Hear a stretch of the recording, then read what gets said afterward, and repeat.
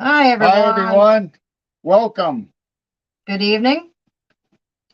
Hope you're all doing good this Sunday. And we got a special guest. We got Shane Michael Crisp, and he's with the West Coast Dogman Project. And he's doing really good stuff. He's appearing on people's shows, and he's doing his own broadcast and having a lot of interviews with people all over the place. And he's kind of venturing out even in other cryptids and stuff, but he's mainly focused on Dogmen. But it should be a really interesting show to hear some Mhm. stories and what his project and other people's stories that been bringing it to him, and we'll just go from there and see how everything's doing. And we got some cool stuff to show you later, and we'll go ahead and bring him on and Yep. start talking. Hey Welcome, Gerald, hey Shane. Jane, how you doing? Hi, Shane. Welcome. Good to have you. Thanks for having me. It's a true honor. Thank you guys so much. So you started West Coast Dogman to get into the cryptids, and plus you've started other ones by too, right? Yeah, there's a whole laundry list of West Coast chapters, I guess you could say, or pages. But yes, the West Coast Dogman Project, it started about a year and a half ago, December of 2021. I jumped in about 3-4 months prior into the Dogman phenomenon after a coworker had told me about the cryptid, and I laughed about it. But after we listened to a few, encounters on Vic kind of show, I started getting more curious, and jumping into the rabbit hole of Dogman. But I grew up a big believer in UFOs and Sasquatch, but I just never really dove into it head first because of the ridicule. So I always stayed hush hush on it. But growing up in high school, especially, there was a book called Roswell, The Evidence. And I checked that book out. It was a 450-page book, and I read it from front to back. And I think I checked it out once or twice during my 4 years in high school. And I was so fascinated with UFOs. And then when disclosure happened, I want to say around 2020, Jeremy Corbell and George Knapp were, releasing more and more evidence of what the government was coming out with. So I was really into the UFOs. I'd say 2020, I started diving more into it. But then Dogman all of a sudden presented itself to me, and I was like, hey, I'm going to jump down this rabbit hole. And here we are a year and a half later. And, I'd say I've done a lot in the last year and a half. I mean, I've created the West Coast Dogman Project. We've ventured out. I recently became the Region 1 director for Jody Cook at the North American Dogman Project. Oh yeah. And then I've also started a UK chapter called the UK United Kingdom Dogman Encounters, as well as, so many different names.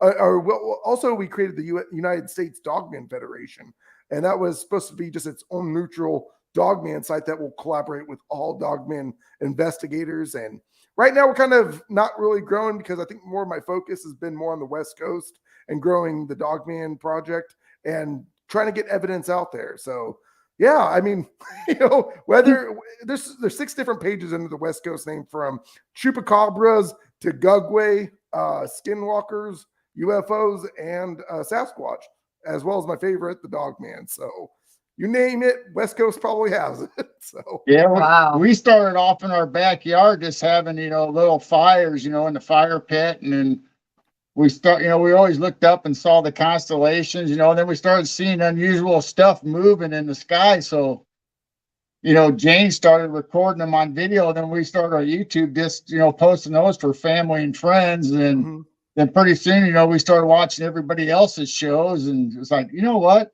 That's fun. I think we can do this. yeah. And I think what you guys are doing is awesome. I know you guys just recently started, but you guys are already up to almost 250 subscribers, right?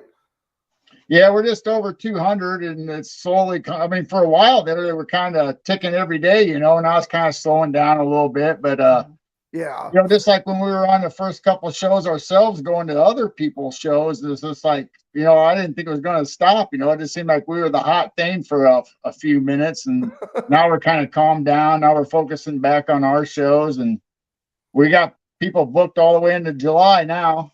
I know. I was so super honored that you reached out to me a while back, and I was supposed to go to Las Vegas this weekend for the Spaced Out Radio Convention. So I was like, "Oh, I'm so sorry. I might have to, reschedule." But luckily, work called in, and I'm like, "Hey, are you still available, Gerald? I'm ready. I'd rather do an interview with you guys. No offense to Spaced Out Radio, I love them, but the travel and the commute." And with my wife Right. and my son, it just to drive over to Vegas for the whole weekend, it's like a 5.5 hour drive, and with all the traffic, I'd rather just save the money and stay home. So Yeah. here we are. Well, I'm glad you kind of relieved. Well, we're going to do a show anyway, and then we found out you're available, and I went, "Oh, cool!" No, like I said, I'm truly humbled and honored that you guys both had me on. So Oh, we're glad to Thank have you. you. I think we saw you on DA one night, the very first time. And that was the first time we ever heard of you. Said, "Oh man, cool. We'll have to check him out sometime." And here you are. here we are. Yeah, and I've Yeah. seen you in a lot of chats. You're some of the people that's in this community that I see your name come up in everybody else's chat, and we're all so supportive of each other, and I just love it. Exactly. And that's the thing is I tried to support all my friends in the cryptid community, just like you guys do. And it's just, with work and life, sometimes you can't make everyone's podcast when they have it, but we always catch the reruns. That's what I love about YouTube is you say you're busy with work or just everyday life. Someone might put out really good evidence. Like I miss Josh Turner's a lot, but yet I still go check his stuff out the day or two after. Or same with DA's. Last night he had the 5,000 subscriber special announcement, and I think I was 2 hours late to it. But hey, we still got to it, So it's not about having to be there when they're doing the live, but it's just no matter what, still supporting people. And that's what I allow at West Coast and any of my little Dogman groups I've created is people to share their podcasts. And no matter what, we're all here to support each other. And I think that the cryptid community now is more supportive in 2023 than they were back in 2016. So a matter of just 7 years. I mean, Yeah. You still get those certain pages that will say, "Hey, don't share content unless it's pertaining to this," or certain things like that. But at the same time, it's like we're all here to help each other grow. Bigfoot community, it's probably one of those where they have their way of thinking, and if you don't like the whole Dogman thing, for example, some people in the Bigfoot community don't recognize or respect that the Dogman phenomenon is even real. They just think it's misidentifications. So no matter what, we can't please everybody, but I'd say in 2023, with what you guys are doing, with what I'm doing, and all of our friends doing podcasts on, the unknown, I think right now in 2023, we're supportive of each other, and that's what that's the only way we can move forward. Looking into it. So Right. That we were going to start our show off, and we thought we were just going to talk about our interests, but it's so much more fun to have like you guys and all the other people from the community, whether it's from Texas Front Porch, the Blondes and Booze, Jason, and all them, and we got William and Dennis that we're involved with, and and as I say, everybody make sure you go to William and Dennis's channels and check them out and give them some love and shares, and go out the West Coast Dogman Project and go and like and heart and get notifications on his sites. And we just kind of like you, we hop around in all these chats and watch all these shows, and we became friends with everybody, so we just started asking them, "Hey, you want to come on our show and chat, and let's have fun, just be relaxed, and just like we're sitting at the kitchen table talking to everybody." We watched Nana Boss last night, Marty. That was an excellent show with her son out there on the live investigation last night. Out there in Florida awesome. too. So that was a good one. I caught that. the tail end of that. So, but I got to rewatch it from the beginning. But Marty and Matt put out great content. Marty's got great guests on all the time. Matt's kind of doing more of like project work. It seems like he's working on his podcast, but he's out in the field and awesome people. And like you guys said, we hop around and we become friends. Honestly, I feel like I became friends with so many different people that I relate more to them than my own, best friends half the time, So, because it's all tinfoil stuff, and people are like, "Oh, you believe in that?" Well, yeah, I do. I'm looking into something that obviously there's suppressed information, and I think with us being human beings as a species, we're curious creatures. So no matter what, when you say, "Hey, there's bipedal canines and humanoids that live out in the woods," I mean, you're going to want to kind of look into it just a little bit. I mean, obviously from a safe distance, but obviously sightings are increasing. So is the veil really thinning, or these things just getting more used to humans that they're revealing themselves more? Right. That's the question everyone has, that, is the veil thinning even more? Is CERN doing something, or is more people waking up and not asleep anymore and waking up to their surroundings and what's going on behind the scenes in the world? And they're more aware, raising their vibration, and are able to see these things more. And there are more UFOs also that, they're showing up all over the place up in the sky.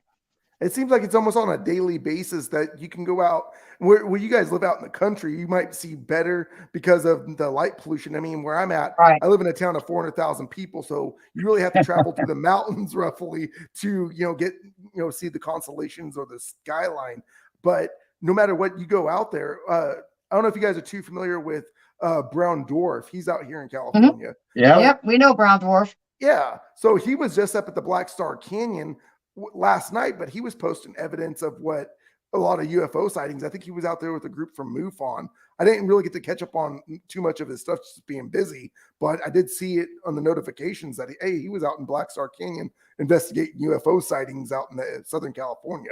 So yeah, I'm gonna have to check that out. I saw the notification, but we were busy watching a couple people on that. Well, a few people were on last night. Right. Seems like everyone's got, especially the weekend time. It's like everyone's got something going on, So that's trying to catch it live. That's why we're picking weird times to be on. Nobody else is on right now, so we're like the precursor to everybody else. I like how you guys are doing it, though. You're doing it on a Sunday evening. Most people are home by now eating dinner or just relaxing, getting ready for the work week. So this is a perfect time slot for you guys to do it, honestly, because I do mine on Thursdays roughly with the Dogman interviews, but also I found out it was conflicting with the Blondes and Booze, so unfortunately I missed theirs and they missed mine. And I know Krista was telling me a while back, she's like, I'm sorry I missed your podcast. I'm like, oh, no worries. I try to do mine around from DA so I'm not interflicting with his, so I can catch his in the chat. But we recently there's so many on at the same time, and then we tried a Wednesday night, Thursday morning, 12:30, past midnight, 12:30. We're getting quite a few people. There's all kinds of late owls out there. And there is a lot of people that, either work the night shift or just have a hard time going to bed at night. I'm one of them. Right. So I try to knock out before 9 because I got to be up at 3. But there's times I'll be up on my phone till 11:30, 12 o'clock just watching podcasts. So what you guys are doing is awesome, man. Thank you. Much love and appreciation to you guys. There's William telling you to contact MUFON. The contact I still got to do the rebobs. I remember he did a podcast, I think it was 2 or 3 weeks ago, looking into the devil monkeys and into the Gugway, I believe, that were out here in California in the 80s. William, I just want to apologize, brother. I've been extremely busy, so I haven't had time to really look into that. But I got you on my schedule, and eventually I'll get to that, and I'll let you know what I find. Well, there's Krista right there from Blondes and Booze. See everybody. Hey, Krista. Everybody's going to everybody else's shows and showing up in chat and sharing the love. She must be over at Williamson, right? Yeah. Hey, hi, Krista. And we got William, we've got Maggie, Marty, the Nana boss is in here. We've got Raven, we've got Jimbo, we got Cynthia, we have Gary, we got Tracy Hall, and over on Williams, I'm not sure. I think Werewolf is over there. Yeah, Werewolf, Raven. Yeah, Raven's over here. Yeah, we've got quite a few watching right now. Thank you, everyone. Welcome. Thank you. I guess everyone in chat already knows Shane. Like I said, we're all friends in this community, and that's what we all show up for each other when we can. And if you can't, hey, no big deal. Yeah, you just put it on watch later and just watch it later. I think I've got a laundry list of ones I've still got to watch. I still miss Josh's on Tuesday, and I think I still got to watch his live on Friday night. And he goes 3.5 hours. So perfect day for me at work is, I get to work around roughly 5 o'clock in the morning, throw a podcast on, and I just put it in my ear and I listen to it for 2-3 hours. So I'm constantly. What was that? I was gonna say, you're talking about Josh, the Paranormal Roundtable. Yeah, with PRT, Josh Turner. Yeah. So I always catch his stuff, but it's always after because Friday nights, normally I'm, spend time with the family or listening to another podcast or something, but I'm always just trying to be active. And like I say, there's 24 hours out of the day. So, I mean, to really dedicate your time to it with family and, work and personal, hobbies, I try to at least dedicate an hour or two today at work, just listening to cryptids or just reading up on something, mainly Dogman, but I'll try to always reshare it and just try to get it out there. It might be something that someone might, 2 weeks down the road might come across your page and be like, hey, this looks interesting, and maybe watch it or read it. So just trying to spread awareness. That's what my big thing is spreading awareness. Right. Yep. That's what we're doing. Just Yeah. spread awareness, have everyone have open minds. We're not saying we're experts and believe in everything. Our rabbit holes turn, a lot of times when we find out you have more questions and more questions. And so we don't know the answers. We're just trying to get more people awake. And exactly. And that's what DA even says. There's no experts in these fields. And that's one thing I, hold true to my heart, because I have a buddy that calls me an expert. And I'm like, I'm not an expert, buddy. I've only been doing this for a year and a half. I soak up a lot of knowledge. I call myself a human sponge. So I'll read, 300 theories, let's just say, and I just take it all in. And some of them are just so out there where you scratch your head. But then again, you can't really disprove anything because it's not, proven by science. So when you see, like, I listened to the most strange encounter I've heard that came off Vic's show out here in California, where there's been dogman sightings out near the Joshua Tree National Forest. And this gentleman was driving down the road at 2:00 in the morning, cruising at 15 miles per hour. And all of a sudden a blue portal opened up off the side of the road, and out came these dogmen in suits in formation. The guy was like, I was not on drugs or anything, but it was so bizarre. So, I mean, things like that are just so head scratching. So obviously there's got to be a paranormal side to these cryptids other than, just them being flesh and blood. I've always been on the flesh and blood side of these creatures, but you hear so many different encounters or theories that these people say, well, these things are portal hopping or going through where you only see the one print and they just disappear. So are they jumping through portals? Scott Carpenter's got some really good footage on his channel where it almost looks like a water, like a circular veil almost, where it looks like water, and you see this humanoid looking creature walk out of it. So it's just mind boggling, and it's so tin foil, but that's why I always try to tell people, hey, you've got to keep an open mind to this stuff, because obviously these things aren't supposed to exist, but yet history and, the natives, it goes back thousands of years where they've seen these things. I mean, the dogman name for, I want to say the Algonquin, is the Ulonga Duglala, which DA states in his books as these beings, which in their culture, the name means spirit with knife teeth, just like the Janoskwa and the Chiatonka, with being the Sasquatch. So obviously there's some information there. I don't believe it's all folklore. I mean, if you want to go jump down another rabbit hole, the Beast of Shevadon, did a creature that looked like a hyena back in the 1700s that killed so many people, in the French countryside. I believe it was over 100. And I know people like Jessica Jones have recently just, remote viewed it. And there's so many different rabbit holes on that. What it could have been. Could it have been a loose hyena? Could it have been an actual dogman? Could it have been a Black Panther, because the tail obviously had a curve to it? So but obviously the statue is there. So obviously something had to have happened in the 1700s out there in France. Right. So, I mean, there's evidence all around us. I mean, that's the way I was growing up. We here in Illinois, we had reportings on, and actually on the radio stations, they would come across and say, Thunderbirds, there's a Thunderbird sighting. They tell a story about somebody's experience. And then there was also Bigfoot sightings, and they have it actually on the AM radio as we're traveling around with mom and dad going places. So I always thought they were just flesh and blood, Now the more I'm digging into it, you hear all these stories, about using portals and, working with the other cryptids, how they, whether it's elementals or other dogmen, and everything's just all connected. And we're just finding more and more about how they're using, whether multi-dimensional facets or supernatural abilities, whatever it is, nobody really knows for sure, but there has to be something to all this.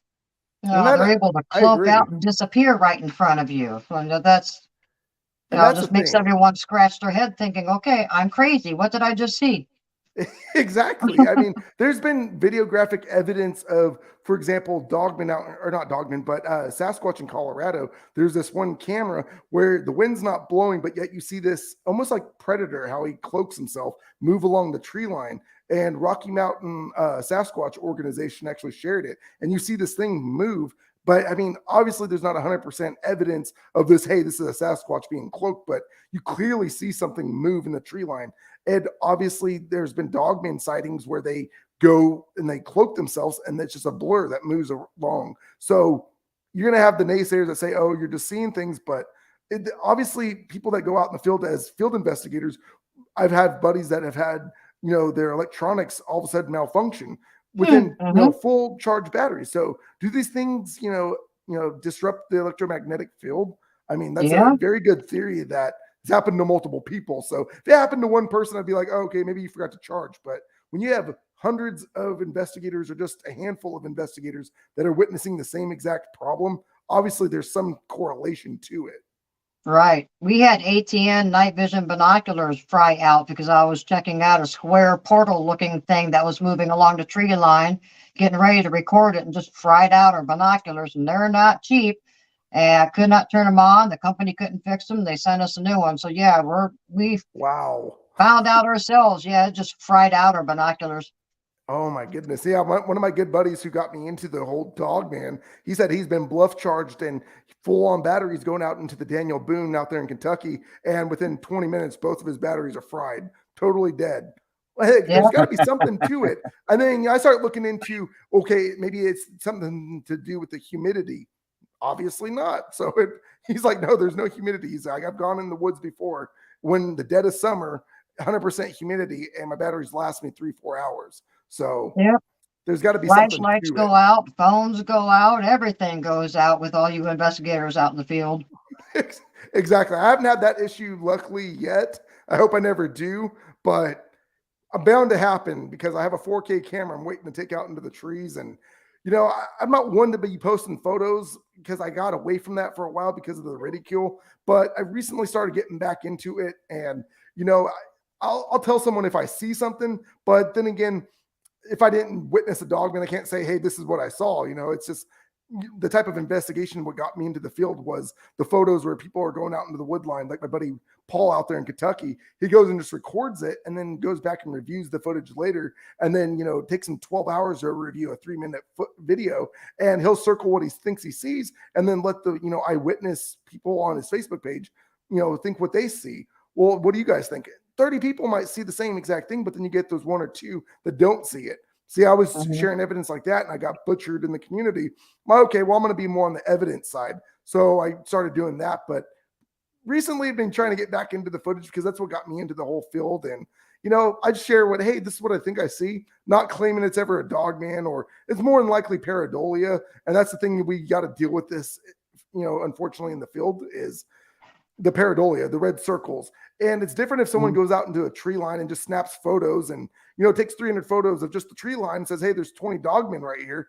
But I mean, did they actually witness it or not? To me, someone that's more believable is someone that's actually in the woods and said, hey, I saw this, it ran by me, I took out my phone, snapped 4 pictures, and this is what I got. I mean, that would be more credible, I guess you could say, as evidence when it comes to photographs. So DA taught me one thing real quick is that you can have the clearest photo of a Dogman holding a sign saying, hey, I'm a Dogman, and you're still going to get naysayers saying it's a dude in a costume. So we can't make everybody happy in this field. So really at the end of the day, it's doing what you enjoy doing. Me, I love being out in the woods, being away from, social media and just being out one with nature. And if I happen to, stumble across, a Dogman or a clan of Sasquatch, I think to me, that's more gold than I think actually getting $1 million photo, Right. My whole thing is I want to see a Dogman or a pack of Dogmen just to prove to myself that these things do exist, because I do believe they do. But I think eyewitness testimony to me is the number one key we have to, getting answers, is what people are seeing. And there's vast sightings all throughout the country of these things all the way since 1887. And it just seems like the sightings are increasing more and more each year. Now, when you said that someone saw them coming out with suits, are you talking about suits or are you talking about like a military suit type? They looked from according to the eyewitness. I don't remember what episode it was, but it was on Vic Cundiff's channel. But it was in the Joshua Tree National Forest, and he was driving, and he said this portal opened up, and I think it was in rows of 6. These dog-like creatures. They looked like they were the hyena variants, but they were in. They looked like spacesuits almost, but they were running out in formation, and they just like they stopped, and it was just the craziest thing. I'm just like, that has got to be some really good drug that guy is on, or he's actually witnessed this. And it seems like, Vic kind of, does his, research and, checking people out to see if they're credible or not. This gentleman obviously, checked the box and was able to come on the show and explain what he had seen. And it's just one of those that you don't just cast off to the side saying this guy's, nuts. It's one of those where you got to circle it and be like, put it in the unknown. Like, that's a different theory, but obviously these things have been seen, I guess, in suits. That's one of 3 that I think I've heard of, but it's just so head scratching. You're just like, what is it? Obviously there's a paranormal aspect to these things. Yeah, I've heard stories of people seeing them in military gear, there's super soldiers. Yes. And that's the thing. I try to keep an open mind that the government uses these things, or they, clone them and they use them for, military purposes. Is it, part of me wants to, lean on the side of it's creepy pasta to make, clickbait for subscribers or people that want to hear the creepy Dogman encounters. But at the same time, we can't really, not to say this to try to get you guys kicked off YouTube, but it's like, obviously the government isn't going to tell us everything that they do. They do suppress us, the public, with what they're doing, because they don't want the mass fear, the mass, how would you say, almost like the mass, I can't even think of the word really to say. It's more like just the obstructions of people, just the mass hysteria, I guess you could say. Yeah. Right. Just like when you go out into the woods, obviously they're not going to say, hey, there's 9-foot tall dogman or Sasquatch in a certain area, because obviously that affects the revenue for the national parks. So of course they're going to say, this doesn't exist. But then again, they're not going to release information what they're working on. Just like with the UFOs, they got was it the TR-3B? I think that pyramid looking shaped UFO that's been seen on a ship. I mean, they're not going to say that, hey, we got this. So it's more to suppress information.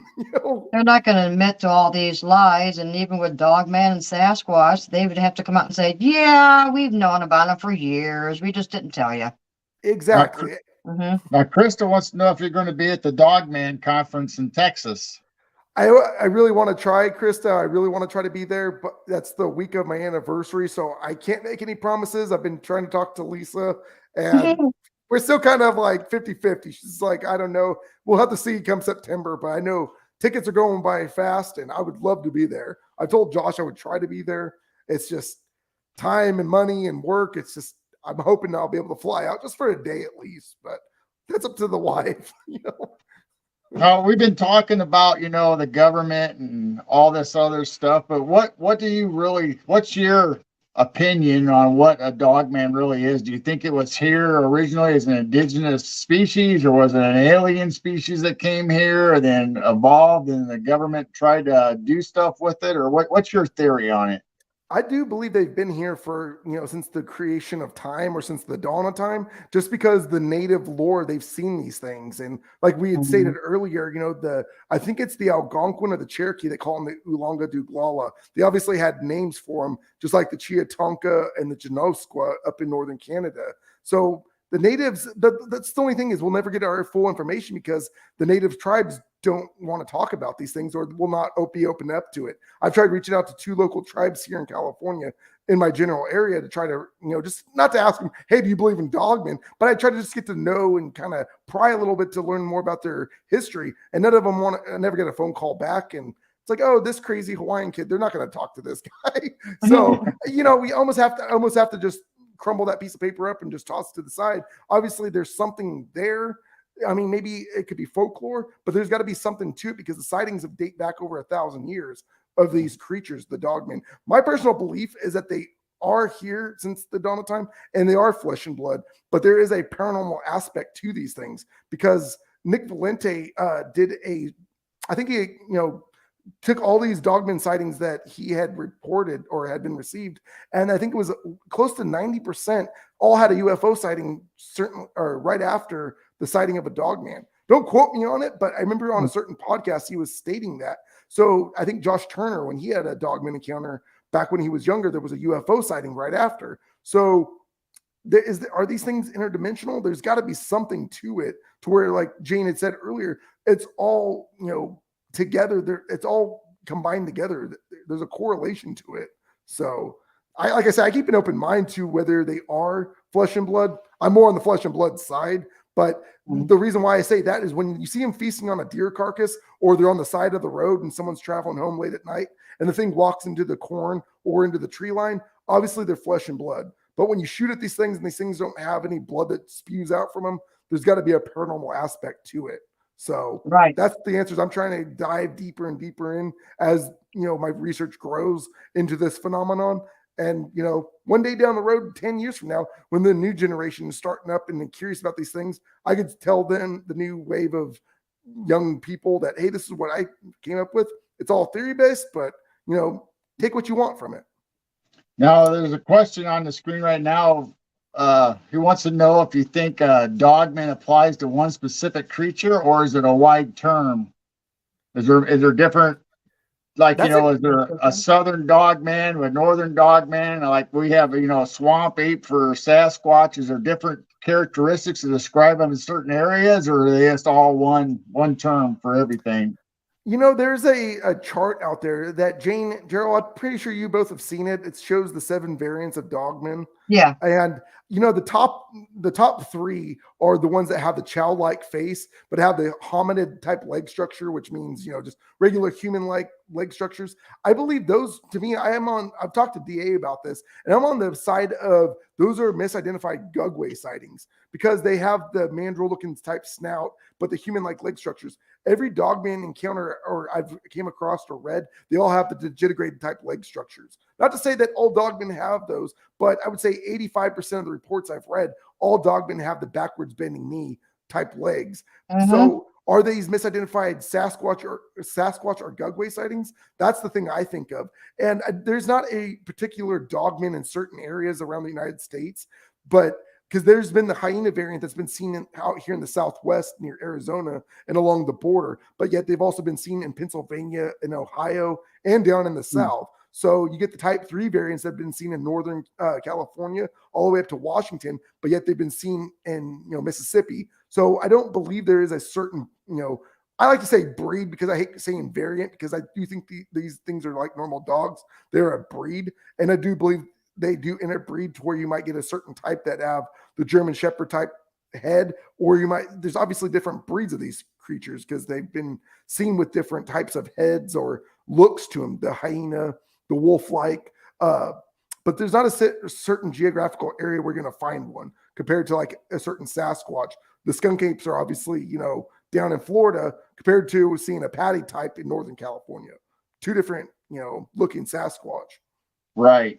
Have you heard of any stories of them actually being in a pack of a family and having cubs, babies? Are you talking about the Sasquatch or the Dogman? No, Dogman. I mean, do Dogman, have you seen little Dogman? I mean, do they run in families, a pack?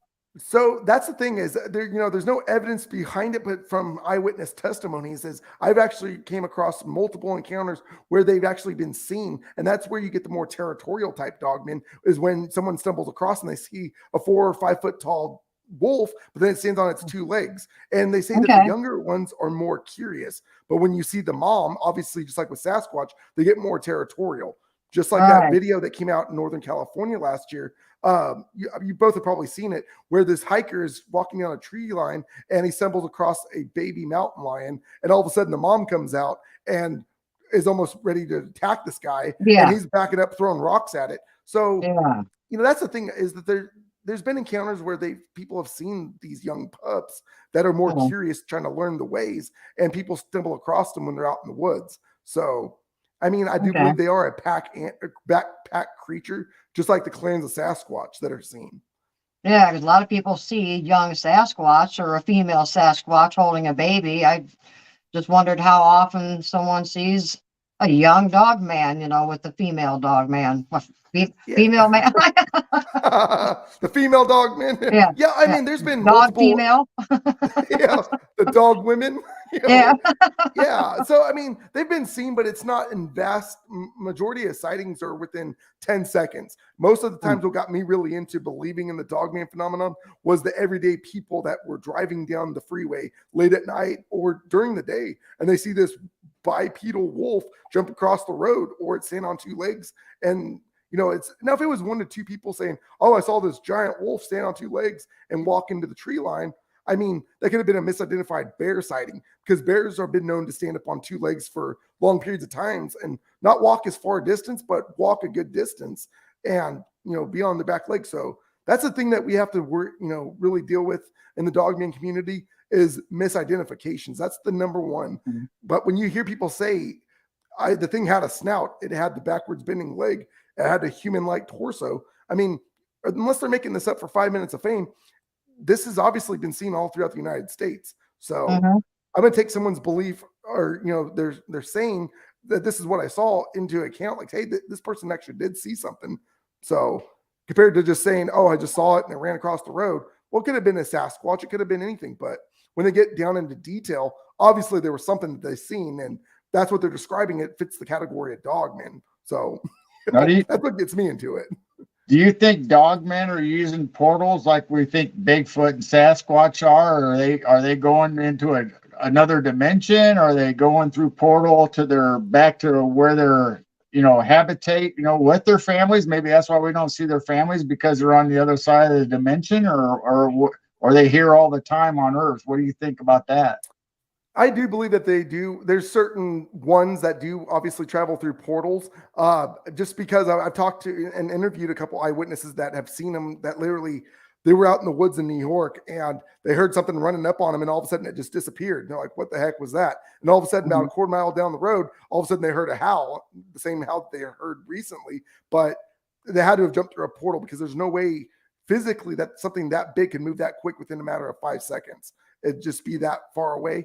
But I'm on more the side of I keep an open mind to the interdimensional beings, but I do believe that if you match up the missing 411 reports and the mapping of it with the underground cave systems, they almost they're identical almost. So I do believe that dogmen do live, just like with Sasquatch. I do believe they live either underground or in underground caves. Yeah, we've talked a lot about the missing 411, and it just kind of dawns on us that if they cloak out, they can easily grab a person or a young child. And I'm wondering, when they do, that they're cloaked also. So when the family goes around the turn, they can't find their child or the missing family member. Well, they're kind of right in front of you because they're cloaked with this being that grabbed them. Could that be a possibility to you? That's a very good possibility. Honestly, I don't think that a lot of the missing 411s are all cryptid related. There's some paranormal aspect to it, but then again, we've got to look at the actual evidence in front of us. Sometimes these people, lack of water after just a day or two, make someone go hysterical, and then they start thinking crazy, or they might. We got to think of the temperatures. Obviously, when at nighttime, temperatures in these national parks drop way below certain degrees to where our body just starts, not thinking straight, to where these people will just wander off, and they might be where they find the bodies within less than a mile from where these people, went missing pretty much. So my whole thing is, I do believe some of it is cryptid, but I don't believe everything. And I don't believe everything's dogman. I believe, if anything, there's more reports of Sasquatch abducting young kids, if you listen to David Pilates, I listen to him religiously, but this one little boy that just went missing, I want to say it was like 1930 or 1940. And they found him. He was 7 miles away from where he originally went missing. But he said that the big hairy man, kept him warm and fed him and stuff, but they found him like a week later. And that was just so mind-boggling. Right. So, but then a part of me does think that the missing 411, a lot of it is, paranormal, whether it be UFOs abducting humans. Because, I mean, if you want to jump down another rabbit hole, Dwight Eisenhower in 1950 deal with the Greys out here in California. I want to say it was Palm Springs, where he went missing for a 12-hour time frame. But yet, in exchange for government technology or technological advanced weapons and technology itself, they can abduct so many humans a year. So when these Right. people that go missing, do they use them for genetic purposes? I don't. The weirdest story I ever heard was a gentleman that was skiing in New York was found out in California 2 weeks later, and he had literally no clothes on, and he's like, "How did I get out here?" Mm. I mean, one of those things. I mean, there's got to be something to it. Someone's not going to just abandon themselves, drive clear across 3,000 miles to the West Coast, and just say, hey, drop their clothes off and start putting their thumb out on the side of the road, saying, "Hey, pick me up," get me back to New York. Obviously, there's something to it. So, Right. that's what gets me about it. So I do believe that it's not all cryptid. There is some paranormal aspect to it, but a majority of the 411s, I do believe it's just people not being prepared, and they get, off trail, and they don't know. I think you get more novice hikers than that claim that they're, adventurous and, they're experts in these fields, but then they go, half a mile off the trail and they become hysterical, and delusional after a certain amount of time. Right. I mean, you got to take in effect, you got serial killers, you got sex traffickers, you got all this stuff, plus, and there might be a small percentage that might be a Sasquatch, it's somebody in the wrong place, wrong time. A gray. Gray aliens,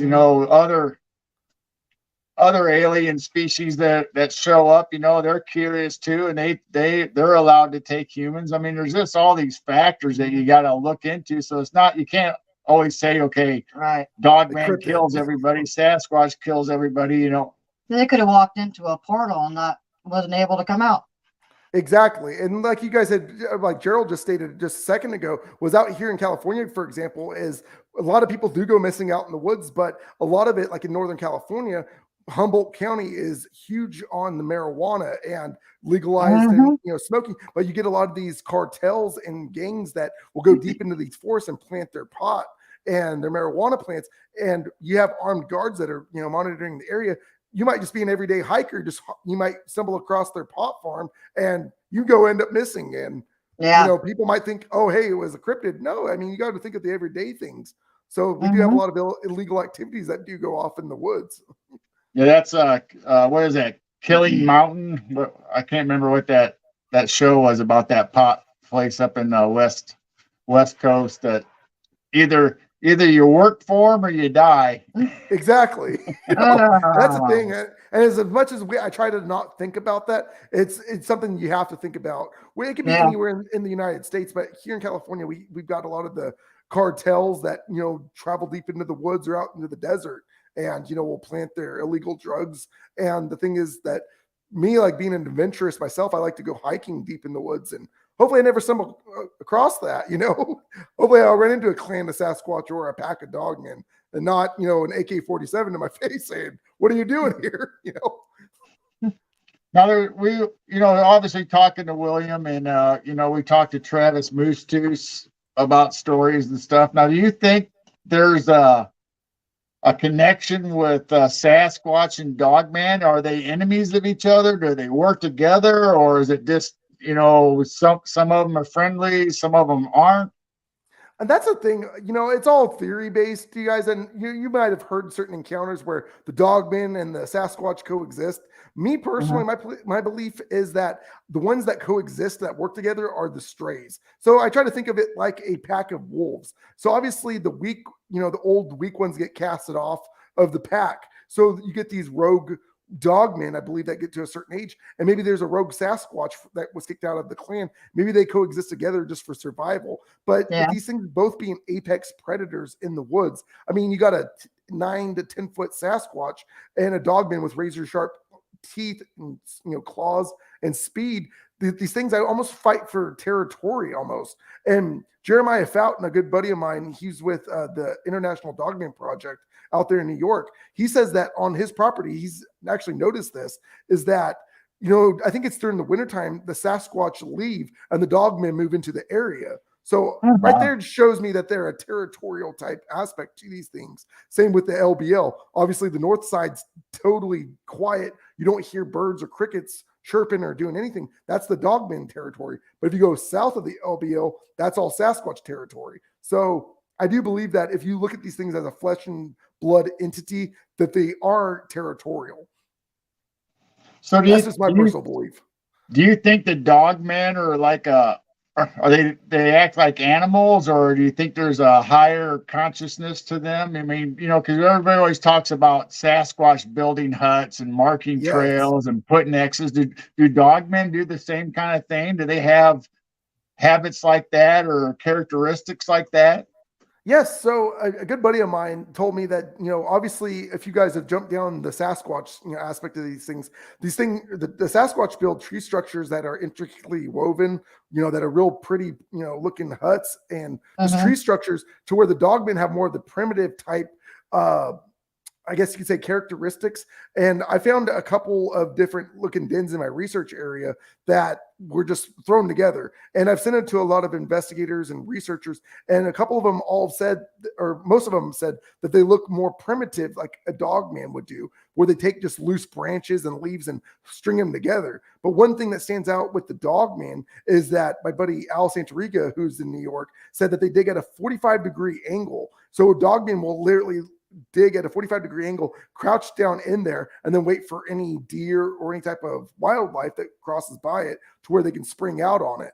Kind of like what those burrowing tarantulas will do, is that they'll burrow themselves in, and then when they see the prey come by, they'll just jump out at it and then go back in. So, I mean, right there is two different things with the Sasquatch and the dogmen. One thing I always just thought, dogmen are, just these wolves with just a higher intelligence, but obviously they've been seen in trees. So your canine species doesn't really climb in trees. So are these things, do they have more of a feline like genetic to them to where they can climb in trees and they're spotted in trees? I mean, like I said, there's so many different theories that we can go down. My personal belief is that they do have a intelligence to them, just like the Sasquatch. And when they want to reveal themselves to you, they'll let you see them. But at the same time, they're hide and seek champions, just like the Sasquatch. Right.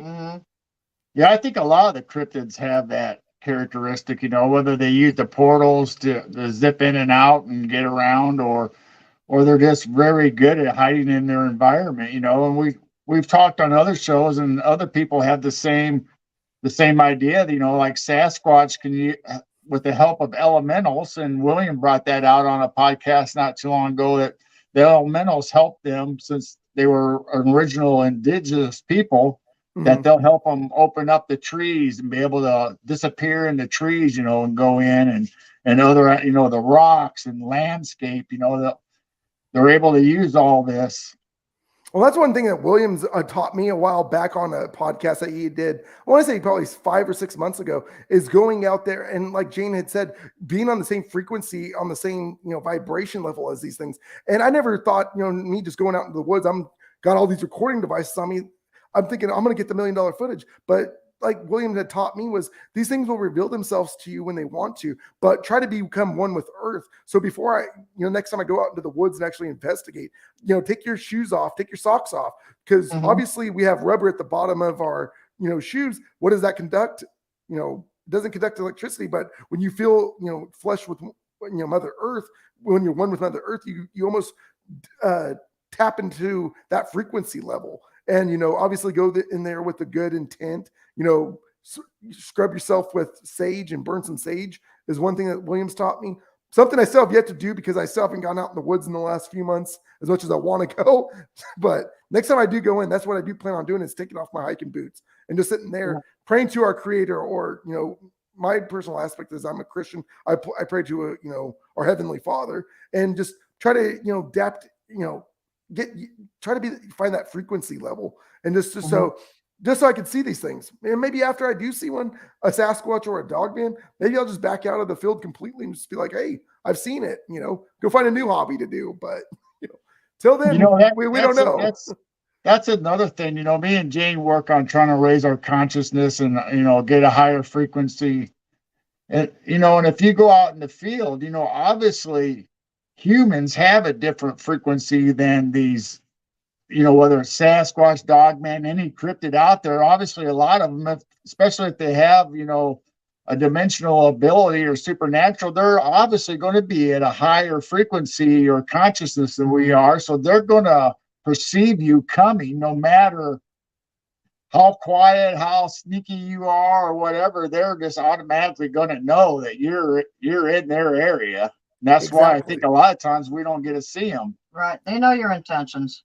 Oh yeah, and that's one thing I've been told is by lots of investigators when I was first getting started in this field was that these things will know when you're there before you even know you're even there. So or Yeah. before you even step ground into the trees, they know you're there. And when they want to reveal themselves to you, they'll reveal themselves to you in three different ways. One, if you're too close and say they have young, and then they'll start giving you like tree knocks if it's Sasquatch, or throwing rocks at you, or you start getting bluff charged by a wolf-like creature, or just you hear the guttural growls. You're obviously infringing too close to their, because when we go out there, we're in their property. It'd be like someone walking to your guys' house right now and being like, "Hey, Jane and Gerald, I'm gonna go sit on your bed right now if you don't mind." Obviously, you guys would be pissed off and maybe fire a few shots at it, or give them warning. You're too close, So obviously, we got to think of that type of aspect. And when we're out there, we have to respect their boundaries and know when it's your sixth instinct, sixth sense kicks in and say, okay, I'm too far, back out, because they will give you a sign. They will definitely give you a sign. Oh yeah. Yep, they know us coming and going. And like I said, that's why we're trying to raise our consciousness so we're more open to all this stuff. Exactly. Maybe they'll be able to, they obviously know our intentions because we don't want to harm any creature or any cryptid or anything. We just want to know more about it and investigate it and hear the stories that, like you have or all these other investigators. I mean, there's just so many neat stories, whether about portals, UFOs, cryptids, just all of them. It's just all so fascinating. It is. It really is. That's why I'm currently talking to a gentleman out here in California. Santa Cruz is it's called Surf City, USA out here in California, but it's also, they've got a mountain range called the Santa Cruz Mountains. And there was a gentleman that not too long ago, I'd say about 4 years ago, had a Dogman encounter when he was out there. So I pieced that together with what I've heard on Vic's show. There's a former police officer that had seen, two werewolf-like creatures in the same exact mountain range. And this gentleman, before he had his foot amputated last year, said he had seen it right before his surgery, and we were going to do an investigation together. But since he's currently like recovering and on disability, we've kind of put that on hold right now. But as soon as he said he receives his prosthetic, I'm going to drive up there with a team of myself and maybe 2 other investigators and go check the area out. Obviously, we won't see any evidence of the thing right then and there because this happened over a year ago. But we're going to check out the exact area where the gentleman had seen this Dogman-like creature. So that's one thing we've got going on right now on the Region 1 side of the North American Dogman Project, is we're kind of just at a standstill with that. So that's one investigation that I've got on pause that I'm like sitting here ready to just go, But then we did a recent investigation out in December down in Southern California. I was telling you guys backstage before we went live. But Daryl Denton from Bigfoot Believers and Other Creatures, this gentleman was hitting him up and was like, "Hey man, I'm seeing these dogmen on my, airstrip," because he lives on a, airstrip out near Mount Rubidoux. And so to sum up the story, a buddy of mine and my wife, we all went out there to investigate the area, interview the homeless. Only 2 of the homeless really talked. One of them that really stood out to me was that they saw 2 creatures down in the river. So I'm sitting there thinking, okay, this gentleman's seeing something, but we checked out the whole area. We didn't see any physical evidence of dogmen, but there was an investigation. But I did call Daryl up afterwards and was telling him, we didn't see evidence of dogmen, but doing more research on the area, the Mount Rubidoux itself was actually used during Prohibition, where they would smuggle alcohol through and in and out through the mountain. And there's reported hikers, even to this day, when they're hiking up towards the top of this mountain, rocks have been thrown at them. They've seen glyphs built up on the side of the trail. So me personally, I think that's more Sasquatch-like, because dogmen don't stack. Maybe they do make glyphs, but everything's, to me, kind of steamed towards the Sasquatch.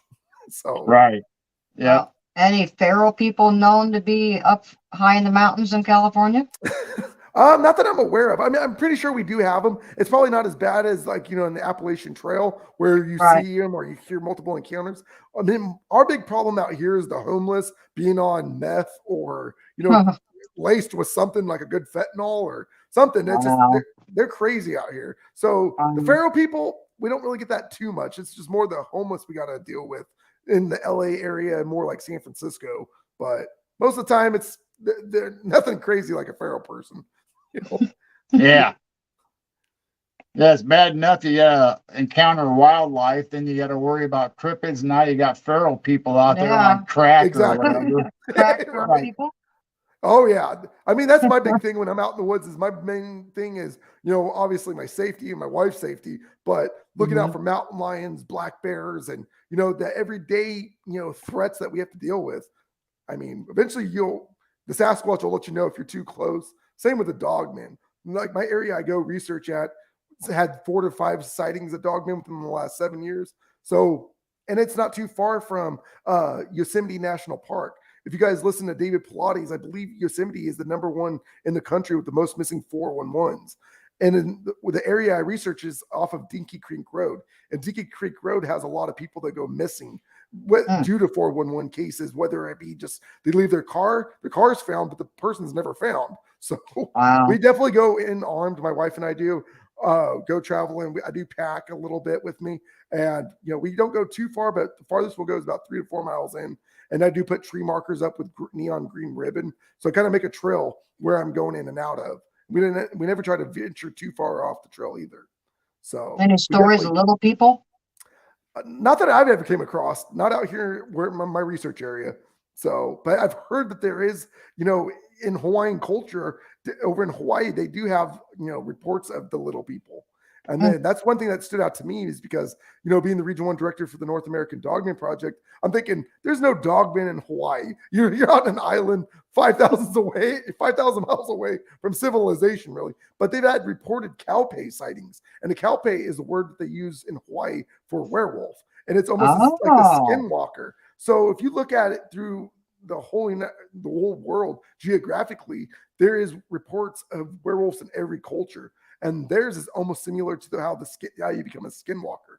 You have to do something so vicious and so cruel and dark to become one of these things. So, but yet they've been cited and it's in their lore. So not something I can just kick off to the side and say, hey, Dogman, don't go vacation in Hawaii. So definitely just got to add it to the theory, pile. Say, hey, they've obviously seen something over there. So, well, Australia has sightings, so that's an island. They got there somehow also. Exactly. So that's where I'm thinking, they didn't just travel over on boat, but if they did, that's why I don't ever kick a werewolf encounter. As much as I try not to say that it's real, there's got to be some truth to the werewolf lore, just like with the skinwalkers. If these things can shapeshift into these beings by wearing the pelts of a wolf or a fox, obviously there's got to be some dark magic to the werewolf lore. So are these things coming over on boat or are they interdimensional? But was it John Kershaw with Creepers and Cryptids Paranormal out there in Australia? Got that one where he was on his kayak, took a picture of it, and you see half of its face popping out of the brush. So, I mean, that's probably one of the best evidence of photos that we have around the world of a Dogman. Yeah, portal hopping. Yeah, if they're able to use portals, they can go wherever they want. They could go over to Hawaii, and be there. Exactly. That's why I try to keep an open theory to that, like thinking, okay, there's none, according to the recent NADP website encounters chart, Hawaii doesn't have one. I think Alaska has 1 or 2, but I would think that there'd be a lot more in Alaska, but there's not a huge population that lives in Alaska. And if they do, they live in the major city like Juneau or Anchorage, not out, 300 miles away from the nearest town, just like there's a lot of, Bigfoot sightings in Alaska. So that's where I'm thinking there's got to be Dogmen in the area, but these things are all, to me personally, I think they're all territorial. So, maybe that's why all the pictures are blurry and like you see Sasquatch hiding in the trees or the bush, and you just see like a shadow or a dark spot. You got to try to figure out, what that is. Maybe it's because they're behind their, going in and out of a portal, or they're not quite adjusted to this realm yet, or whatever. Maybe they're half in, half out, and glitching, and that's why you don't see the exact body image of them. Exactly, and just like me personally, the photo that made me a believer came from Kentucky, from my buddy Paul Chafin. And you look at this thing, and there's been a lot of people say pareidolia, but this photo is circulated throughout the Dogman community within the last 2 to 3 years, people claiming it was their photo. But you clearly see what looks like something that is almost interdimensional, but you only see half of its torso, but you can see Hmm. what looks almost like a bear-like face with the ears and it just this massive hulking looking body, but you only see the top portion of it. So Right. for someone to say that these things, oh, they're just, you're shooting it through a potato. I mean, obviously, yeah, that's going to be real grainy footage because they're so pixelated by zooming in or the light spectrum's been altered on it. But I mean, you look at the best footage of Patterson Gimlin was filmed off of a 7mm or 8mm camera. So back then that was just our hand cranked camera. So as our best evidence comes from over 50 years ago off an old school camera. Maybe that's the way to go, is to go old school, is what I've been told by multiple investigators, is go the old school way, because these new electronics are just dying out when we go out in the field. So going out with an iPhone 14, with a 5K resolution camera, thing dies out. But you go out with an 8mm camera, you're going to be getting some good evidence, obviously. Right. Now, Williams says keep a can of wasp killer, effective for wild animal deterrent. Now we have it here at the house just because we were told that if you can't get to your gun right away, spray them in the face of wasp spray, to blind them, and then get your gun. I've got wasp spray for protection myself. But it sprays far. It'd work for wildlife and possibly cryptids too. I don't know. Yeah, I got it for humans. Yeah, that definitely work on humans. I think with the cryptid, you might just piss it off more than anything. Yeah, that's true. That's true. Yeah, definitely want to carry some of that.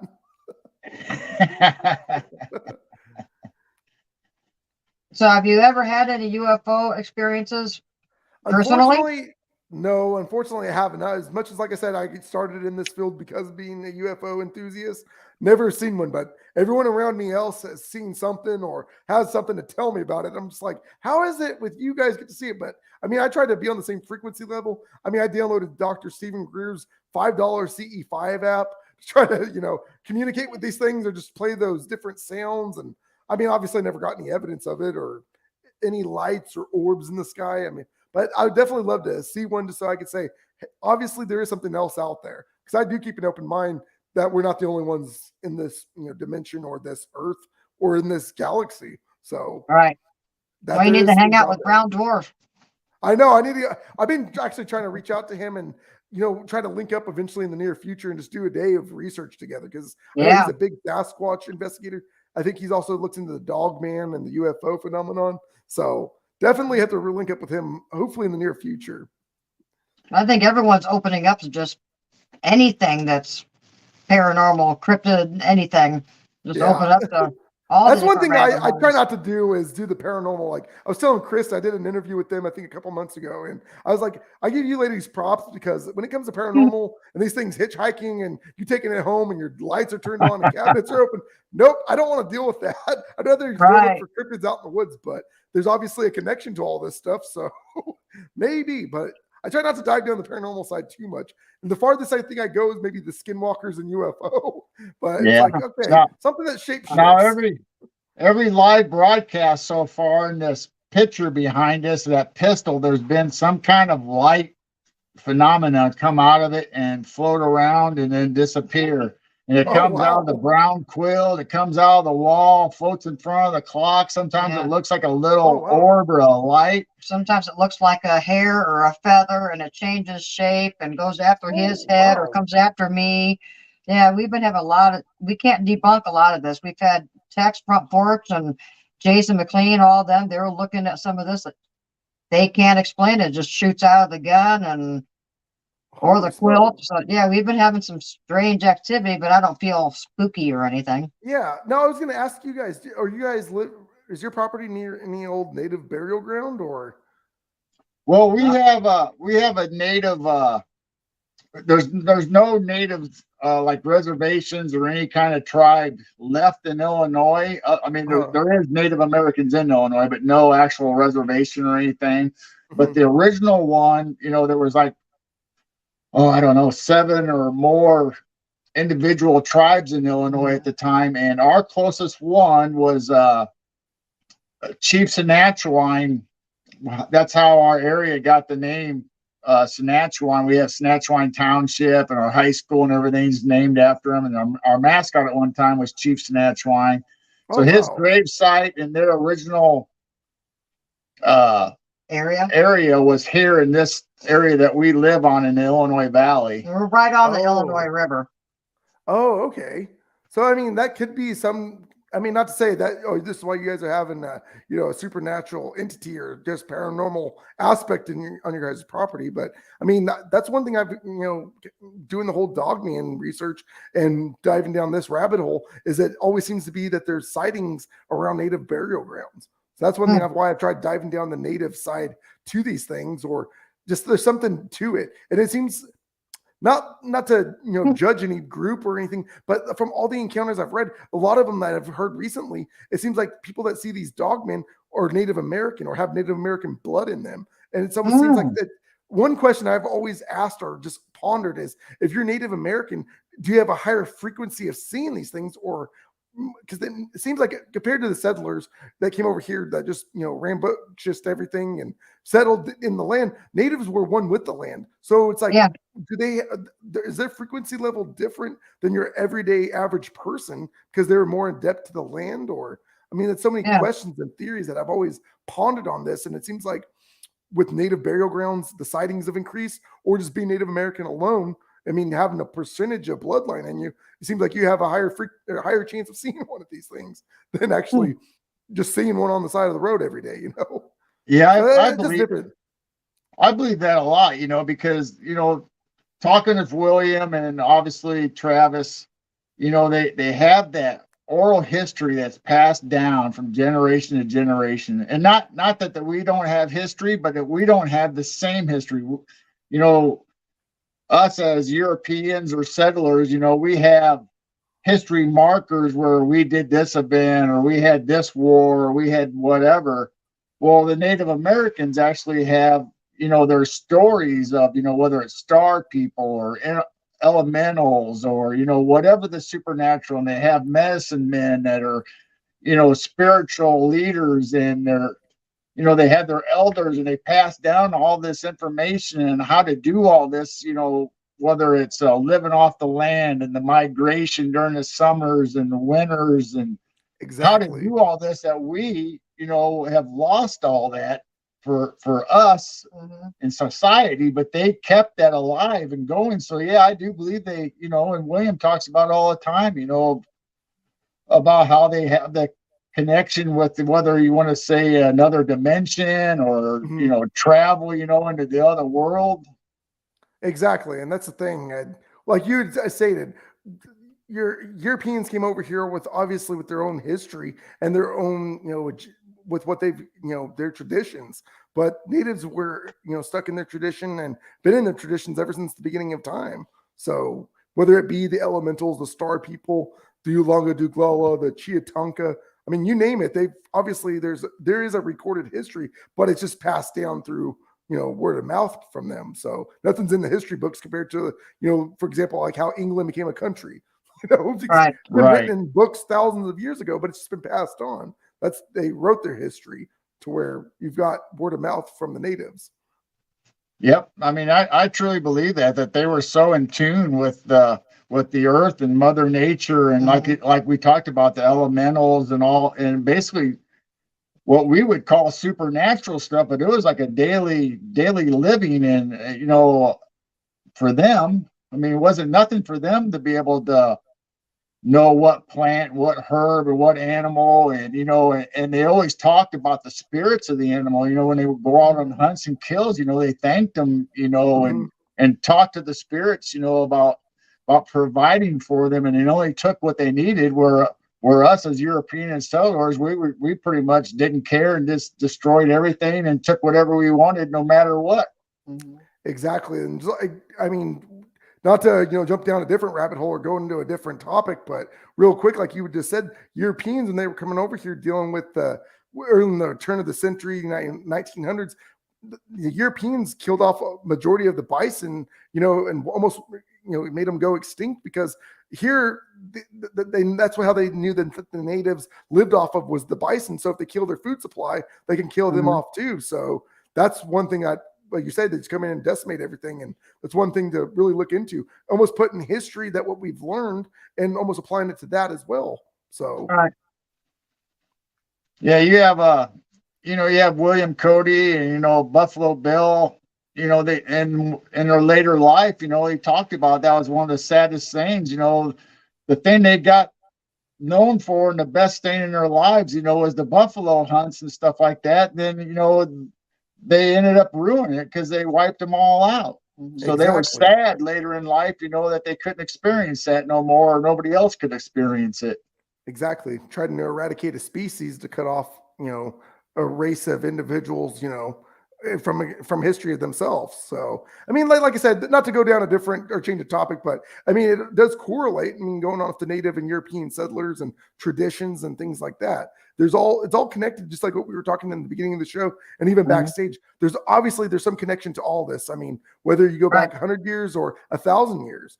I mean, depending on what aspect you want to look down. If you want to look at the European, viewpoint of the Dogman, or I mean, they have the werewolf legend that date back over 1,200 years ago, and you look at the native side that goes back over 1,000 years ago with the Olonga Duglala. I mean, it's so mind-boggling how many different topics or viewpoints you can hit this phenomenon from. And whether you want to just say Dogman, I try to, I'm more of a Dogman guy myself, but I've been trying to creep out a little bit more and try to be open-minded to all the other cryptids and say there's obviously a connection to it. So what are your thoughts on Hollow Earth? What was that? What are your thoughts on Hollow Earth? On how everything's on Earth? No, hollow. Hollow Earth, inner Earth. Could Dogmen be coming up from down there? Yeah, that's another, like I say, with the underground cave systems. I mean, over in Vietnam, what was it, back in 2009, they found the world's largest cave system where it has its own ecosystem and its own atmosphere. Have you guys seen the pictures of that? Where I've heard of it. Yeah. Yeah. It has its own water. I mean, something that's never been seen. I mean, it has its own atmosphere, and it's so crazy thing. I mean, for people to say, oh, we live on, flat Earth or a hollow Earth, and that the world's flat. I like I said, I keep an open mind to that. And I've had some people, my own best friend, ridicule me saying, how is it we can see the sun and see the moon, then they're around?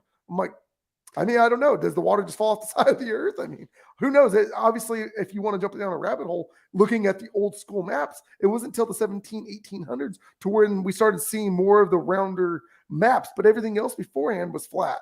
So if you think on the flat earth theory, obviously there's got to be some Arctic, ice wall that's keeping the water in. So it's not falling off the sides like people think. So, and then really, if you think about it, I mean, like I say, there's so many different ways. I don't want to sound too crazy or jump off topic of the Dogman, but I do keep an open mind to the hollow earth and to the flat earth theories, and believing that there's more continents out there than just the 7. I'm about to say, hey, that's true, but I'll keep an open mind to it. Show me the proof. We've got an open mind. There, I've seen the maps of how much land there is past the ice wall.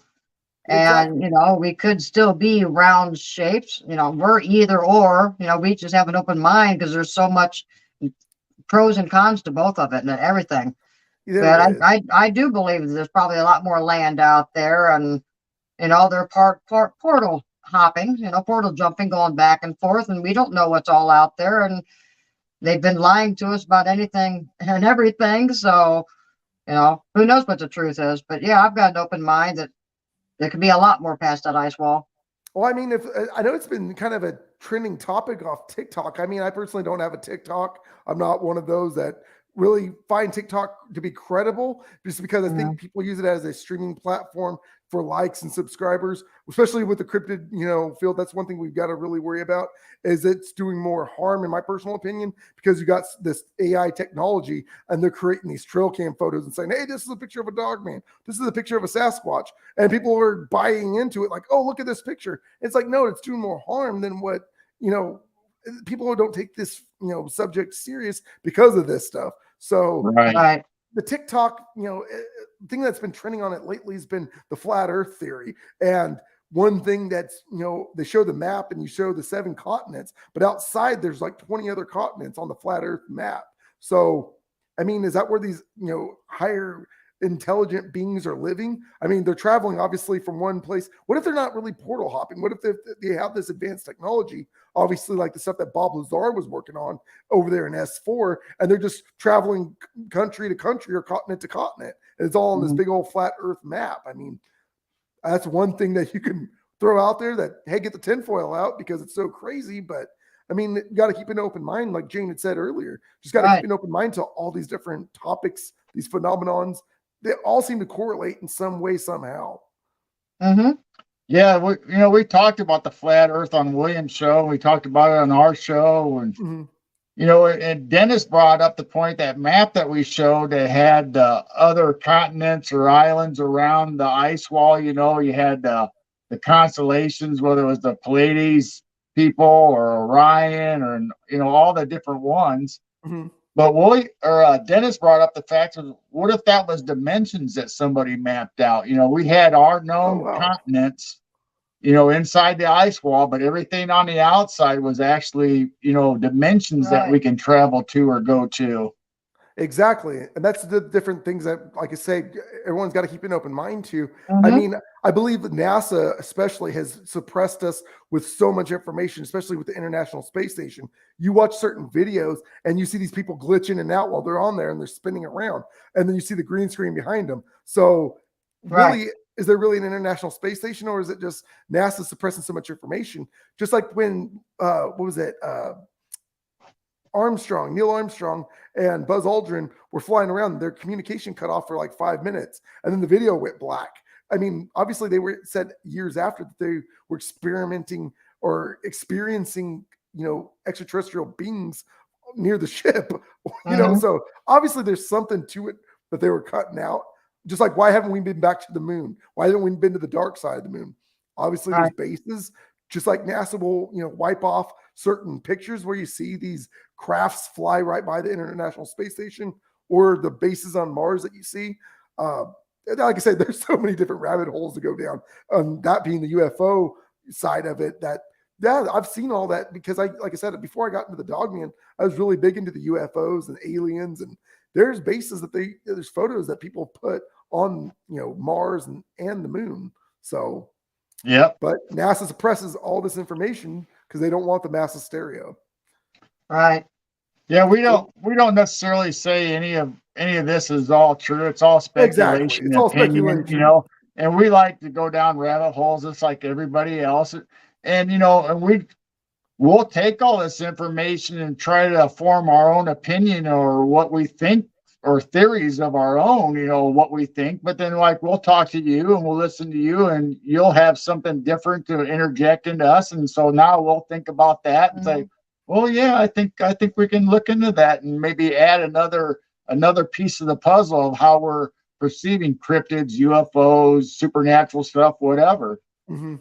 Yeah, exactly. And that's one thing. Like, you guys are familiar with Carlito. I think he's been on William's show a couple times on the flat Earth topic. And in our group chat, we have another buddy. If you guys are familiar with Brian Bowden, Brian is so laughing at Carlito for believing in the flat Earth theory, but Carlito will throw back and be like, show him the proof that he's found.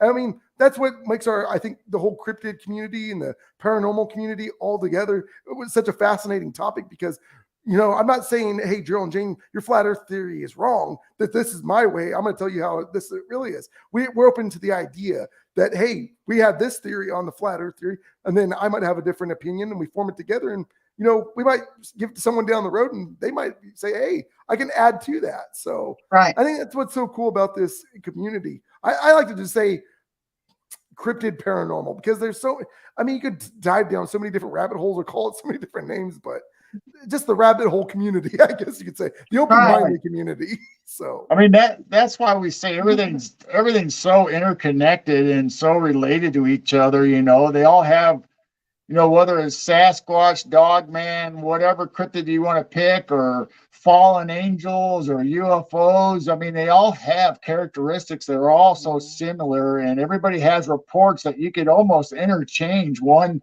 with the other. So it happens all across the board in all these different fields or whatever you're interested in. We're just saying, open your mind, try to raise your consciousness. And if you can say your aspect like you're Dogman, Mhm. Well, if you believe in Dogman, how much of a stretch is it to say there's a Sasquatch out there, or there's a UFO alien race that could be out there, or flat Earth? It's stuff you just need to look into and decide for yourself what you believe. Let Yep. alone reptilians. Exactly. We got to No. deal with the reptilians as well, the shapeshifters. I mean, I had a buddy who's a big believer in Sasquatch, but he's very against the whole dogman belief. And I'm like, okay, first of all, you keep an open mind to this hominid creature that lives in the woods, but yet you can't be open minded to believe there's a bipedal 7 foot, 8 foot canine out in the woods. Right. He's like, absolutely not. It blows my mind. I'm like, okay, but you got to reveal a little bit more of that tinfoil, buddy, because if you're believing in Sasquatch, you got to really keep an open mind to the dogman, because the sightings are increased, just over the last 8 years by almost, I'd say 70 to 80%, because I believe more people are coming forward on the topic, because, Right. 20 years ago, they would have been crucified, saying, no, werewolves don't exist. But I think 2023 is it people being more open to it, more curious about the topic of Sasquatch. I mean, I do believe personally that Dogman has supplanted Sasquatch as the number one cryptid that everyone's curious about, because it's so terrifying. And I believe that's why you've got the AI community, or certain podcasters that just want to go and create the creepypasta stories to get the bait out there, the clickbait. Clickbait, and the stories behind it. But I also believe that also causes more of a headache for the cryptid community, because how are you supposed to differentiate what's real and what's creepypasta? So, Right. I mean, just being an investigator, you kind of got to know, because not every day, like if I told you I saw a dogman encounter, I'm not going to go full on detail, like what color it was or what time it was. I mean, a lot of these encounters you hear, and they're so, narrated so very well. It just like makes you think, maybe is it 4 or 5 encounters thrown into one, or because not your everyday person's going to go into full detail and remember key details on these topics or what they saw, in the split 10 seconds. So But I hope everyone's prepared that once we get to know Dogman and Sasquatch and some of these others better, there's probably going to be a new cryptid creature that shows up, and we're going to start all over again. I know, right? That's what my good buddy always told me that. He's like, for every answer you might have to a theory, there's going to be 20 more questions. I'm like, it's like a never-ending rabbit hole, Right. Very true. Yeah, that's the one thing. That's the one thing that 2020 at least did for us. It kept everybody home, and to keep yourself occupied. Everybody got on the internet and did research and dove into this stuff. Then this whole community of new podcasters came up and gave you something interesting to listen to, whether you believed in it or not. At least you were able to open up your mind and say, okay, this guy talks about flat Earth. Here's a Dogman channel. Here's a Sasquatch channel. Here's somebody that does all of it. They just have everything in there. Exactly. It was just amazing. I think that it did open people's minds, that they had all this content now to go through, and all these stories, of everyday people. We're not talking about people that's been out there forever, they're known in this field. This is everyday people that are sharing their experiences and what they've seen, and they're finally coming out and saying, okay, I'm gonna go ahead and take a leap and tell my story. Yep. That's what's so neat about all this stuff. And like you just said, Gerald, that's what got me into this, was because of the everyday people that are coming forward with it. And then you try to map it all together, and it seems like there's some correlation or similarities from encounters in Pennsylvania down to Oklahoma, Illinois, out to Washington and California, for example. There's something out there that people are seeing that aren't just Sasquatch. And, is it a bipedal canine? I mean, the saying, if it was 1 or 2 people, like I said earlier, then yeah, I'd probably say, oh, that's just. But then again, when you're getting hundreds of reports throughout the years, and they're all some similar characteristics to these things, there's got to be something else out there. One thing that I kind of think that's more creepypasta is the rake or the crawler. I kind of really keep an open mind to that, but I mean, because there is a lot of creepypastas on it, just like with the Slender Man. Obviously, Slender Man isn't a real thing, but it was created off of some type of what looked like almost like a rake or a crawler, but something that's white, human-like, or was that? I can't even say, like alien looking. It's just so out of the bizarre. But if these things do live underground or from another dimension, hey, add it to the list. Right. Yeah, you got to get to a point, where like you're talking about the rake. Okay, that could be a cryptid, that could be some kind of demonic entity or whatever that came through a portal or dimensional, but then you get the myths and the fables and the people's imagination dragging it off into a whole nother genre. You got to kind of try to separate all that and figure out, What's we're real, already what's having not. trouble enough convincing people, about Sasquatch and Dogman. Now you're taking some other cryptid and turning it into some kind of fantasy story. Then that's when everybody goes, Well, then you got fairies Yep. and fays and elves and trolls and gnomes and hobbits and goblins. goblins and all those kind of little things. Yeah. Exactly. There's so many different things. Is it folklore? Is it just made up? Is it people's imaginations? I mean, I really don't know. I mean, I think that's what I love about this community, though, is that you got so many people that are supportive. And I'm not going to say you're crazy because in reality, it's all crazy to really think about because, I mean, none of this stuff is supposed to exist. So finding like-minded people and just being open up to it. And like I said, I honestly have more friends in the cryptid community in the last year and a half that are so supportive of just what I want to look into, or if I have a question I can reach out to, then, honestly, I have, my everyday friends. I mean, I have coworkers and stuff that are my friends, but I talk more to the cryptid community than I do my own personal friends. That, to me, the cryptid people are more of my friends because no matter what, they show up. If I have a question, they're there, or if I need something, that they're there. It's such a supportive cast of people, and it's an honor to call you guys friends, like vice versa, that if you guys needed anything, or hey, I heard this topic about a dog, man, Shane, what's your theory on it? Hey, I'll give you my honest opinion. Or if I had something on UFOs and Jane might have a really cool idea or theory behind it that I didn't know about, and take her opinion. And we just trade ideas, and that's what I just love about this community. Yeah, same here. Right. I just love this community. Right.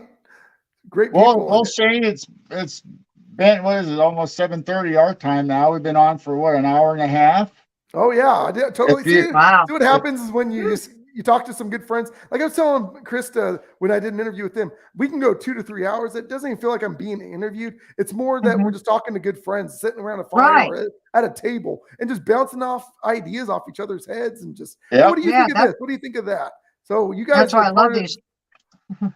Yeah, you guys are. We can keep going. We can keep going if you want. This would be a good time to stop, and we can have a part 2 sometime and have you back on. And yeah, for sure. I'd be honored. I'd love to have you guys jump on. I just started a new podcast, the West Coast Sasquatch podcast, and love to have you guys on in the near future. I mean, I've got some people booked up, but I'd love to have you on. Yeah, that'd be great. We can come on. We can come on any of their channels and talk about almost any subject, because we've been researching this for a lot of times. We just never ever came out, just like you, and said anything about anything. We just kind of kept our opinions to ourselves and our experiences. We've just been keeping to ourselves and not really telling a whole lot of people because we didn't think anyone would believe us. But look at you guys now. You're out there and you guys are, being opened up and, doing the podcasting. And like I said, you guys are part of the West Coast family. So it's an honor to have you. I call it the West Coast Ohana because everyone that's a part of that, as a friend of mine, is a part of my Ohana. So you guys are family. So I'd love to have you. Like you said, it doesn't matter what platform it is. West Coast Dogman, West Coast Sasquatch. Hell, who knows? I might even start a UFO, podcast. There you go. I was just getting ready to say, you're part of our family now too. The Midwest Night Watchers. You might have to start a West Coast Night Watchers. I might just have to, and make you guys the admins and the founders. Carol and Jane Fountain, that would be awesome. These last few minutes, let's give away a pack of stickers to somebody in the audience, and I'll have you think a moment while I'm showing the stickers, and you can ask them a question on something that you either talked about or we talked about, and whoever comes up with the first or the right answer that we think, we'll send them out these stickers. And I think you probably recognize this one. Oh, that one's that one. I haven't seen that one in a minute. I like that. Honestly, that was probably one of my favorite ones I think I've made. I made it for William for his podcast. So we got so Shane made this up for William, and I stole it off of William without him knowing it, so I could make the sticker for him. Those are nice, though. Those turned out really good. And then I made the one for our night owl, our 12:30 a.m. show. course, now I changed the name, so this sticker is going to be a limited edition because now our show is Night Owl Lounge. Yeah, I saw that. I was like, I thought you had opened up another segment. I was like, oh, I didn't know that you changed the name. Okay. We're probably gonna have to be like you. We're probably gonna have to do a Dogman channel, a Bigfoot channel. No. Oh man, trust me, it's a headache, man. I mean, starting off with 2, just running 1's enough. But I'm just I've got 3. oh, you got 3. One Yeah. I haven't done anything with for about 2 years, and then I got my Chiro Sounds that I do all my instruments. Oh, So okay. we got a sticker for her channel, Nice. Raise Your Vibration. That is So everybody okay, can go over to Chiro Sounds and check out her YouTubes. Yeah, Midwest Night Watchers passed me up. We have more subscribers on Midwest Night Watchers now than I do on my Chiro Sounds. I thought, you know, we might get maybe 5 or 6 people, family and friends or something to follow us, and now it's Right. starting to grow. I just yeah. can't believe it. A lot of people curious in the subjects and the topics. Everybody seems to like this one. That's my Yeah. favorite one right there. I like That's that. cool. I love that. And the owl is perfect because owls are nocturnal. So being a night watcher, how Yeah. you came up with that logo is awesome, Gerald. Thank you. Yeah, he's been doing good with that. Yeah. Oh, So if you want to ask the chat a question, and we'll see who answers it first, and I'll have them send me their information through our email, and we'll give that out. Okay. What is it? Just any random question? Just any random question Yeah, on something that you mentioned or we Yeah. mentioned that Something that we talked about tonight. You know, something that I haven't mentioned, but this might be a hard one, but it might be pretty easy. What's my favorite color? Oh, all right, everyone. What's Shane's favorite color? Let's guess. I Yeah. think I have a guess. Whoever gets it will get a package of stickers. There we All right, go. We got a few. We got a few popping up. We have Yep. Sam Thomas say green. Oh, yeah, but what form of green though? That's the thing. Oh, a form of green. Yeah, if that's the thing. I've got a certain. All right. So if you said green, what form of green? You got to be more specific of green. And you can see Williams. I'm only seeing. Yeah, I'm looking at all of them. We got Nobody. Raven Oh, said green, Crystal. War Crystal Criminal. said neon green. She's correct. Okay, Crystal J. Crystal Now I J. had a War Criminal say lime green. Would you count lime green? Now which one? Oh, he said it right after Sarah said, or Cynthia said neon, I think, right? Let's see. We got Raven said lime. Raven said lime, War said lime, Crystal said neon. Yeah, I see Raven said lime. So No, Maggie says fluorescent green. yeah, so fluorescent, neon, or lime would have been the correct answer. So whoever got that one first, if you guys go back, I thought it was Crystal that got it. Neon green's what I saw. Oh, what? Raven I got said War lime. Criminal first, and my chat that said, Our chat, I've got Raven under lime first. well, I got StreamYard up, and I went back, and the first one, I believe, after everybody said green. Yeah, because mine shows that Raven, I see Raven, and then it was Raven War said Criminal. lime. Yeah, and then after that, I see lime from War Criminal. So I'll let you guys decide, but everyone's correct that said neon green, lime green, bright fluorescent green. That's my favorite color, obviously. Well, tell you what, Crystal J, Raven, and War, send us your information through MidwestNightWatchers@gmail.com, and all 3 of you get them tonight. Oh, there you So go. how's that? How's that? We kind of had a 3-way kind of tie here. Yeah, sorry, I should have made the question a little bit more difficult, but I didn't want it to be too That's difficult. all problem. right. No problem. So there you go. Well, you go ahead and give out your information, Yep. your channels, and anything you got coming up that you want to announce, and we'll Okay. just end this tonight. Well, you guys, it's been a true honor to be on your guys' show. Like I said, you guys are now family to the West Coast, and it's an honor to be a part of the Night Watchers as with you guys. And I mean, this week we just started our second episode of the West Coast Sasquatch Project podcast, where I'm going to have Jeremiah Fountain come on Tuesday, talk about his Sasquatch encounters. Then I'm interviewing the International Dogman Project founder, Nick Valente, this Thursday. And we're going to talk about his Dogman encounters that he's had and field of research. And then you can reach out to me on YouTube under West Coast Dogman Project, or you can reach out to me on Facebook under the same name, or in the other West Coast Sasquatch, West Coast Skugway, Chupacabra, UFO, Skinwalker, you name it. We also have the United States Dogman Federation, which we just started up as its own organization, neutral organization. And then I'm also the Region 1 director for the North American Dogman Project. And you can reach out to our Facebook channel there, or our Facebook page, and reach out to me there as well. So, yeah, you type in Dogman, my name probably pops up. Awesome. Yeah. So, yeah, it's been a true you want honor. to give out your channel? Well, everyone knows I'm Chiro Sounds. No, just if anyone's interested in crazy instruments and music, I do Native American flutes, drums, hand pans, tongue drums, keyboard, guitar, just you name it. You can just go on over to Chiro Sounds and sub. I am behind on videos. I've been so busy with this show here, so I need to get some videos going and upload on my channel.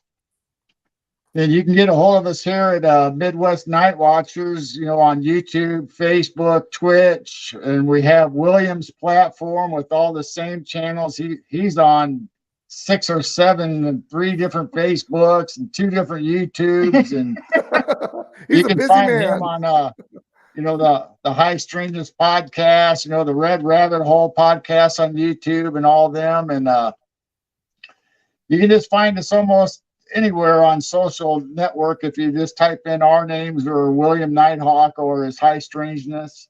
And then Dennis, who's on the Morning Brew shows on the weekends with us, he's obviously on Demonology Today on Grizzly, Hunt for Grizzly. I think, is that what it's called? Hunt for Grizzly? Yeah, Grizzly on the Hunt, something like that. So we're starting to spread out everywhere. And like I said, our Gmail, is MidwestNightWatchers@gmail.com. So you 3 send us your information. We'll get those stickers out to you. And if anybody else has any questions, put them in the comments after the show, or send us an email. And the same with Shane, send him an email.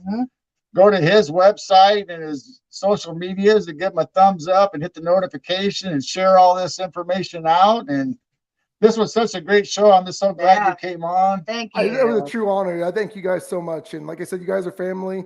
And I can't wait to you guys to come on my podcast and we'll talk about all the crazy cryptids and unknown and paranormal. You name it. We'll go down lots of rabbit holes and continue on with part 2.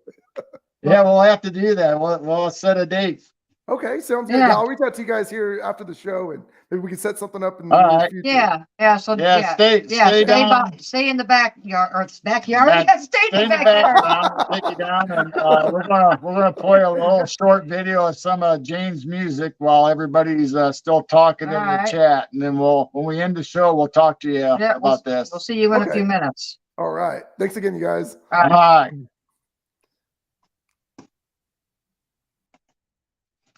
All right, everybody, we're gonna show a video from we showed one at the beginning, but it didn't last very long, and we're gonna end the show with it and let you relax a little bit and enjoy this video, and we'll see you next time.